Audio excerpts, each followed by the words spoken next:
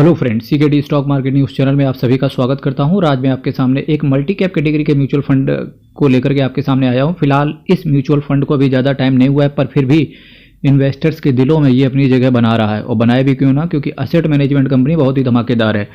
सबसे पहले net asset value की बात करेंगे, केवल 14 रुपये का है, यानी कि अभी इस म्यूचुअल फंड को ज़्यादा टाइम हुआ नहीं है। फिलहाल एक साल में बात करेंगे तो 31% का CAGR, एक साल में 31% का CAGR इन्होंने बना के दिया है। मैक्सिमम 19.45% का CAGR इन्होंने बना के दिया है। जिस तरीके का ये म्यूचुअल फंड है, उस तरीके का अगर आप लॉन्ग टर्म में बात करेंगे तो 17-18% के आसपास का ही रिटर्न एक्सपेक्ट करना, इससे ज़्यादा एक्सपेक्ट मत करना, ठीक है। किसी भी म्यूचुअल फंड के अंदर अगर आप होते हो तो देखिए, म्यूचुअल फंड आपके फिक्स डिपॉजिट की तरह काम नहीं करता है। फिक्स डिपॉजिट में एक्चुअली साल भर बाद आप बैंक के अंदर जाते हो, जो भी आपका रिटर्न मिलता है वो आपको मिल जाता है, ठीक है। पर म्यूचुअल फंड के अंदर क्या होता है कि हर रोज़ स्टॉक मार्केट वॉलेटाइल होता है जब भी खुलता है, ठीक है।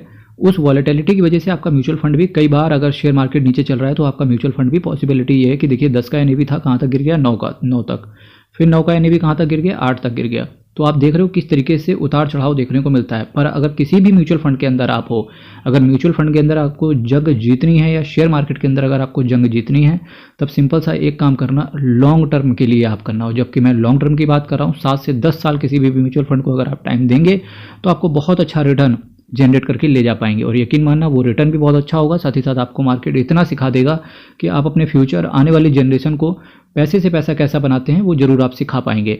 देवेंद्र सिंघल, हर्ष उपाध्याय, अभिषेक बी सेन, ये 3 फंड मैनेजर हैं जो कि इस पैसे को, यानी कि इस म्यूचुअल फंड को मैनेज करके चल रहे हैं।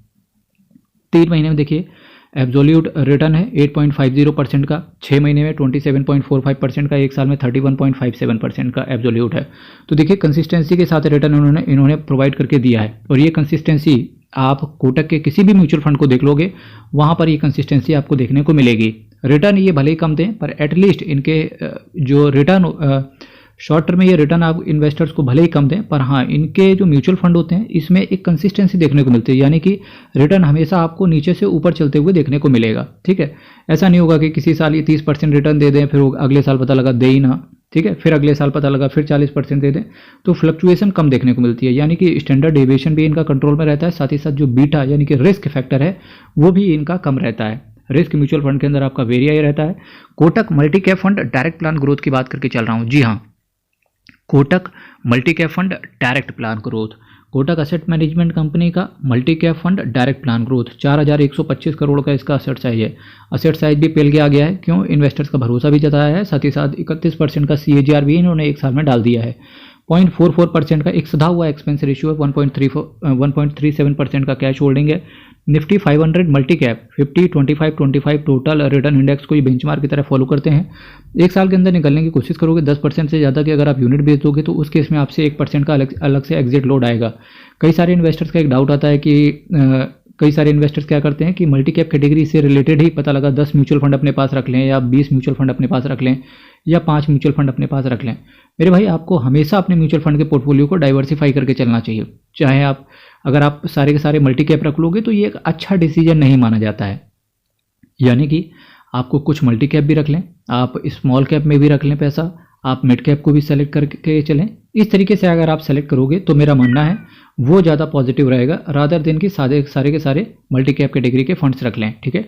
और इसके लिए मैं आपसे कहूँगा कि किस तरीके से पोर्टफोलियो को डाइवर्सिफाई करें, इसके लिए आप अपने फाइनेंशियल एडवाइजर से संपर्क करने की कोशिश करें।